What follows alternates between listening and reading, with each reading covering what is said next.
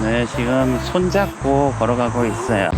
손잡고 가자. 손잡고 가요. 네, 오늘은 식물 키울 때 준비물에 대해서 알려드리도록 할게요. 분갈이를 제외하고는 이 물뿌리개만 있으면 됩니다. 물뿌리개로 물만 주면 되고요. 그런데 이제 분갈이를 고려하실 경우에는 크기별로 토분을 구매하셔야 돼요. 토분이 크기별로 없으면 분갈이 시기가 되었을 때 아무 화분에나 심기 때문에 식물을 잘못된 화분 크기로 죽일 가능성이 높아져요. 안녕하세요. 저는 3년간 식물 키운 사람이고요. 네, 토분이라는 게 있습니다. 토분은 유약을 바르지 않은 화분, 옆면으로 공기 통해요. 공기가 통하기 때문에 식물의 뿌리가 썩지 않습니다. 하지만 플라스틱 화분에 심으면은 공기가 안 통해요. 그래서 실내에서 키웠을 때 뿌리가 썩어서 죽을 확률이 높아집니다.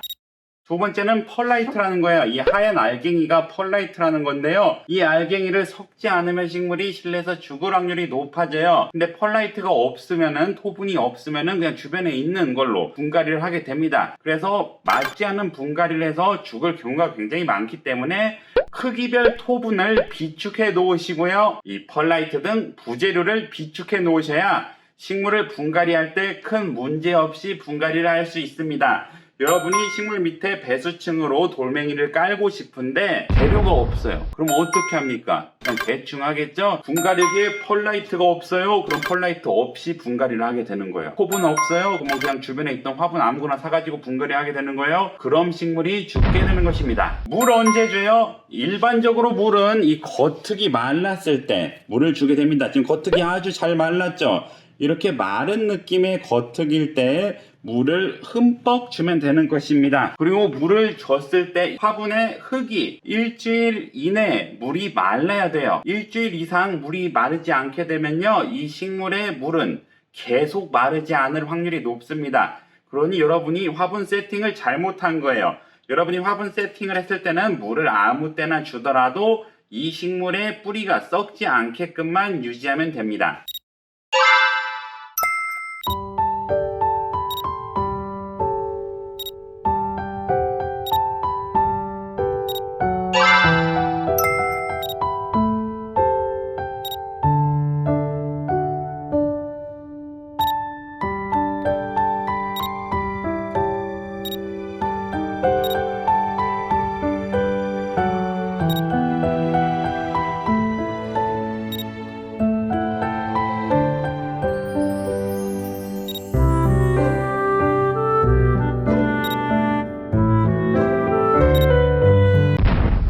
과습이 뭔가요? 네, 과습이란 거는 정말 말이 많은데 그냥 식물의 뿌리가 썩어서 죽는다고 생각하면 됩니다.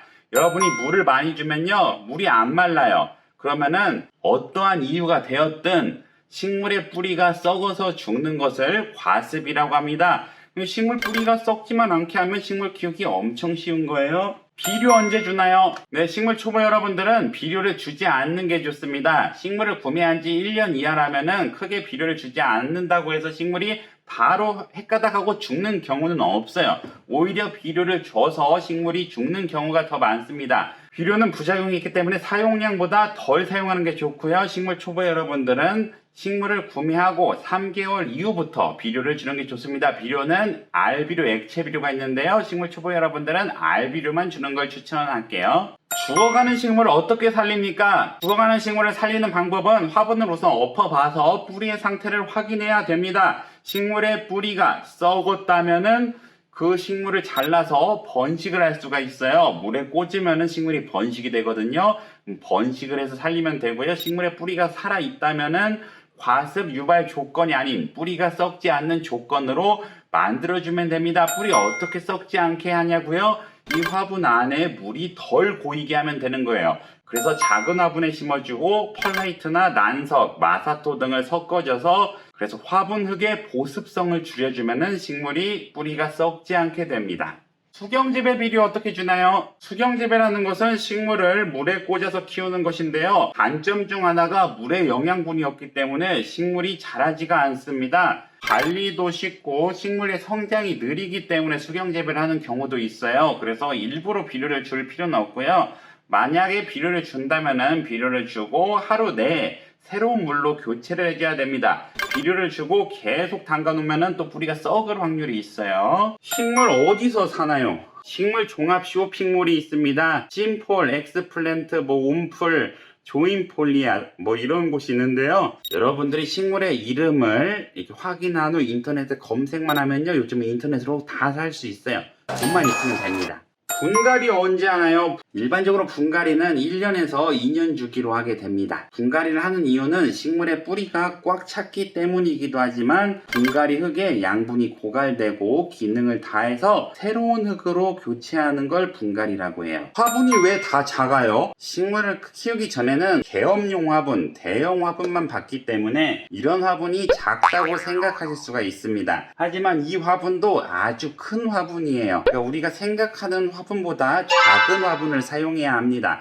식물의 뿌리 크기에 맞는 화분을 사용하셔야 돼요. 그러지 않으면 화분 크기만큼 물이 고이기 때문에 식물의 뿌리가 썩어 죽을 확률이 올라갑니다. 그래서 여러분이 분갈이를 할 때 화분 크기를 굳이 늘리지 않아도 그 안에서 분갈이 흙만 갈아줄 수가 있어요. 그거를 흙갈이라고 합니다. 분갈이를 한다고 무조건 화분을 크게 옮기는 것이 아니라 식물의 뿌리 상태를 확인하고 식물 뿌리에 맞는 크기의 화분에 심어줘야 돼요. 식물 키우기 돈 많이 드나요? 네, 취미생활로 식물을 키울 거면은 식물을 구매 후 관리 비용이 거의 들어가지 않습니다. 구매 비용만 들어간다고 보시면 돼요. 그런데 그 구매 비용이 생각보다 많이 나가는 편이기 때문에 개수를 정하지 않고 무한대로 계속 구매를 하다 보면은 아무래도 돈이 많이 나가게 됩니다. 식물로 돈 벌 수 있나요? 네, 희귀식물의 경우에는 번식을 해서 판매를 할 수가 있습니다. 구매 후 1, 2년 후 번식할 때가 되었을 때 판매를 할 수가 있습니다.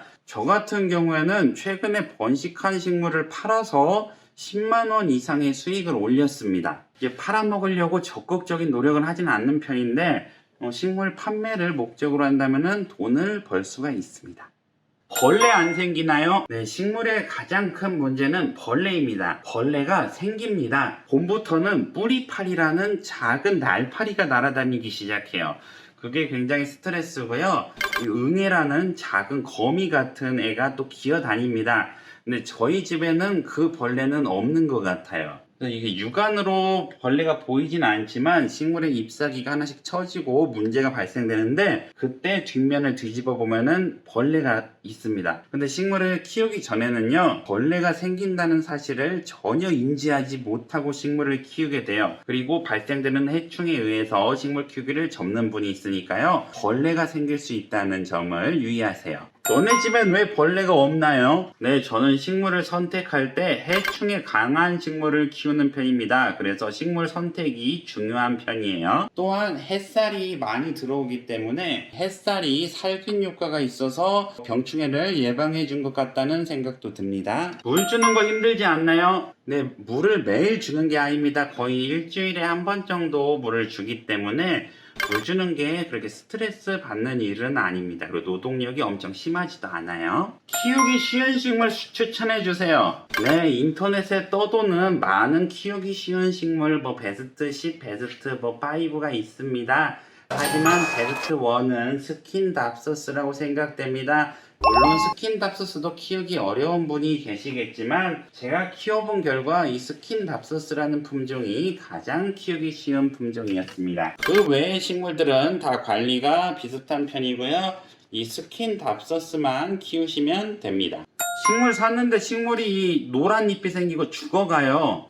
식물을 키우면서 이게 충족을 해줘야 되는 게 있어요. 첫 번째는 빛이고, 두 번째는 물이고, 세 번째는 양분이에요. 네, 이 세 가지 중 하나만 삐걱해도 식물은 이제 이상 증상을 보이게 됩니다. 그래서 빛이 없는 실내 안쪽에서 식물을 키우다 보면요, 이상 증상이 많이 생기고 성장도 하지 않게 됩니다. 그래서 빛이 있는 쪽에서 키우는 게 좋아요. 그리고 이미 이상 증상이 발생되었을 경우에는요, 살리기가 매우 힘들어요. 우리 아름다운 스토리 원하잖아요. 식물 어떻게 잘해가지고 무슨 보약 줬더니 식물이 살아난 그런 감동적인 스토리, 내가 살렸어, 이런 스토리 원하실 텐데요, 현실적으로 그거는 불가능하다고 봅니다. 특히 식물 초보 여러분들이 죽어가는 식물을 살리는 것은 상당히 어려워요. 그래서 내가 키우는 식물이 정말 소중한, 누가 선물해준 그런 의미 있는 식물이 아니라면은 식물을 새로 사서 키우는 게 현명하고요. 정말 무슨 누가 나에게 준 의미 있는 선물인 경우 꼭 살려야 돼요. 이 식물 꼭 살려야 돼요. 그런 경우에는 이제 식물을 잘라서 번식을 한다든지 어떻게 분갈이를 다시 한다든지 그런 식으로 조치를 취해줘야 되는 거예요. 근데 조치를 취해도 걔가 다시 살아나는 데는 엄청난 시간이 걸립니다. 네, 오늘은 식물을 3년 키운 초보식물 남자 초식남이 현실적인 식물 키우기 알려드렸고요. 종합해서 알려드리자면 첫 번째, 빛이 있는 곳에서 키워야 된다. 두 번째, 준비물, 토분, 펄라이트, 분갈이흙 이런 부재료들을 많이 사놔야 된다. 안 그러면은 분갈이를 대충 하게 돼서 식물을 죽일 수가 있다. 세 번째는 우리 집에 맞는 식물, 가능한 키우기 쉬운 식물을 키워야 된다. 네 번째는 식물 키우다가 벌레 생길 수 있다. 그 점 유의하고 식물을 무한대로 늘리면 안 된다. 다섯 번째, 죽어가는 식물 미련 갖지 말고 이렇게 보낸다. 네, 여기까지 초보식물 남자 초식남이었고요. 오늘 영상이 유익하셨다면 좋아요 부탁드릴게요. 영상 시청 감사합니다.